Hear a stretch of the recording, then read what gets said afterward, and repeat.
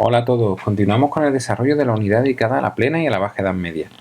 En este vídeo vamos a hablar sobre el arte gótico, así que comenzamos ya. Bien, en primer lugar, para no confundir lo que vamos a ver hoy con el otro gótico que ya recordaréis, bien, pues diremos que el gótico se desarrolló desde mediados del siglo XII al siglo XV, y es un arte que surge en Francia y que se extiende por todo el occidente europeo. Es un estilo urbano, ya lo veremos, muy relacionado con la ciudad, lógicamente viendo el periodo que estamos estudiando. Y el nombre se le dio durante el Renacimiento. En aquella época, entre el siglo XII al XV, no se le conocía así. Ese nombre se le da posteriormente y es un término despectivo, ya que alude a que el arte era un arte de los pueblos bárbaros, de los pueblos godos, y de ahí el nombre de gótico. Bien, pues vamos a empezar hablando de la arquitectura.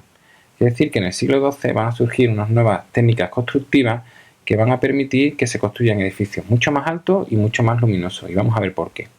Pero ante todo hay que comentar que el desarrollo económico y el aumento de la población va a producir la necesidad de crear nuevas construcciones que no teníamos en el periodo anterior. Así que vamos a tener que construir ayuntamientos, también palacios y edificios como las lonjas, que ya dijimos que eran donde los comerciantes llegaban a acuerdos y comerciaban. El edificio, de todas maneras, más característico de la ciudad medieval será la catedral, que será el símbolo del poder religioso de la ciudad, el símbolo del poder económico y el símbolo de la fe de los habitantes de la ciudad. Vamos a ver cuáles son las características que tienen estas catedrales. Los muros van a estar construidos con piedra labrada en forma de sillar. Va a ser importante la aparición del arco ojival o arco apuntado, que es un arco mucho más alto y ligero que el de medio punto y que va a permitir distribuir mejor el peso. También va a utilizarse, relacionado con el arco ojival, la bóveda de crucería, bóveda ojival, también se le conoce con ese nombre, que va a estar formada por el cruce de dos bóvedas de cañón apuntado. También vamos a tener el uso de los arbotantes y los contrafuertes, que van a repartir el peso y van a reforzar los muros. Aquí vamos a ver en el dibujo, esos serían los arbotantes, lo que está en rojo, y los contrafuertes, lo que están en azul. Y también tendremos estos elementos que aparecen aquí, que son los pináculos, que tienen esa forma puntiaguda y aparte de una labor decorativa, le añaden peso a toda la estructura y por lo tanto también tiene una función de reforzar los muros. También vamos a encontrar vidrieras de colores. ¿Por qué?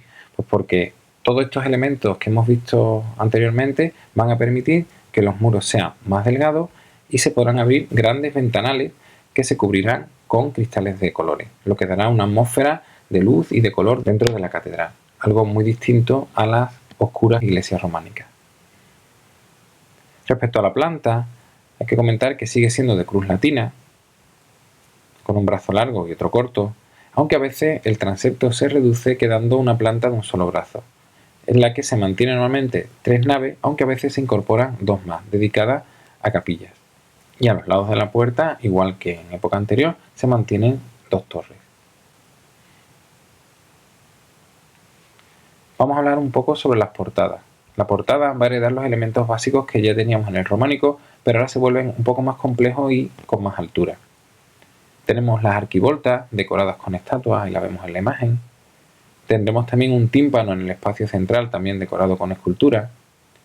Y la puerta será dintelada y dividida con un parteluz, que es lo que está coloreado de amarillo. Solían las catedrales tener 3 puertas, una para cada nave, y también grandes rosetones sobre ellas. Ahí lo podemos ver desde el exterior y desde el interior. Y también existe un elemento decorativo triangular en la parte superior que se llamaban gabletes. Bien, pasaremos ahora a hablar de la escultura. La escultura en el gótico inicialmente se utilizaba para decorar los exteriores de las iglesias, las fachadas y los pórticos, ya lo hemos visto. También aparecen las gárgolas, que son esos elementos normalmente monstruosos que aparecen también en las fachadas de las catedrales. Pero a partir del siglo XIV la escultura va a independizarse de la arquitectura. Y así vamos a encontrar retablos, que ya luego explicaremos con más detalle lo que es. Ahí lo vemos, están decorados con escultura. También aparecerán monumentos funerarios, y también imágenes exentas de figuras religiosas, de reyes o de personas importantes, pero ya de forma independiente a la arquitectura. La característica principal de esta escultura es que va a ser más realista que la románica. Las figuras van a mostrar sus sentimientos, sobre todo sentimientos de dolor, de afecto. También se va a buscar el movimiento, que no lo tenía la escultura románica. Y también se van a formar escenas. Las figuras ya no van a estar aisladas, sino que van a formar, como decimos, escenas. Aunque los temas seguirán siendo básicamente religiosos, y también es interesante destacar que empezamos a conocer los nombres de los autores de las obras. Pasaremos ahora finalmente a hablar de la pintura y diremos que la pintura en este periodo va a buscar plasmar la realidad. Se va a preocupar por representar adecuadamente la profundidad y el volumen, por estudiar anatómicamente los cuerpos para hacerlos más reales. También se preocupará por describir de forma detallada la vida cotidiana. Representará los sentimientos, como ya hemos visto también en la escultura. También va a ser muy importante el estudio de la luz y el color. Y también hay que comentar que no se van a representar ya personajes aislados, sino, igual que en la escultura, se van a pintar escenas. Y así las figuras van a estar unas relacionadas con otras. También aparecerán edificios y también paisajes.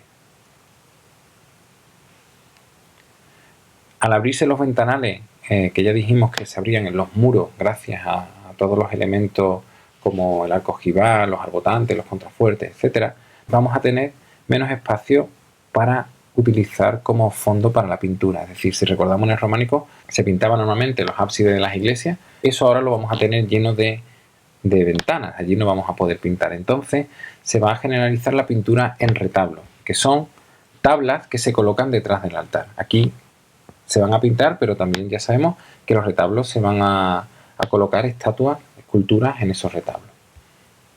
Las obras normalmente van a ser encargadas por la iglesia, pero también por los gobiernos municipales, es decir, los ayuntamientos, gremios, nobles, burgueses. Muchas veces lo hacen para demostrar su religiosidad, e incluso también suelen aparecer los donantes, los que pagan esas obras, suelen aparecer en ellas. En esta época también van a ser muy importantes y numerosas las miniaturas que adornaban libros sagrados, crónicas, relatos, etc. Bien, pues hasta aquí este vídeo hablando sobre el arte gótico. Espero que os haya parecido interesante y gracias por verlo.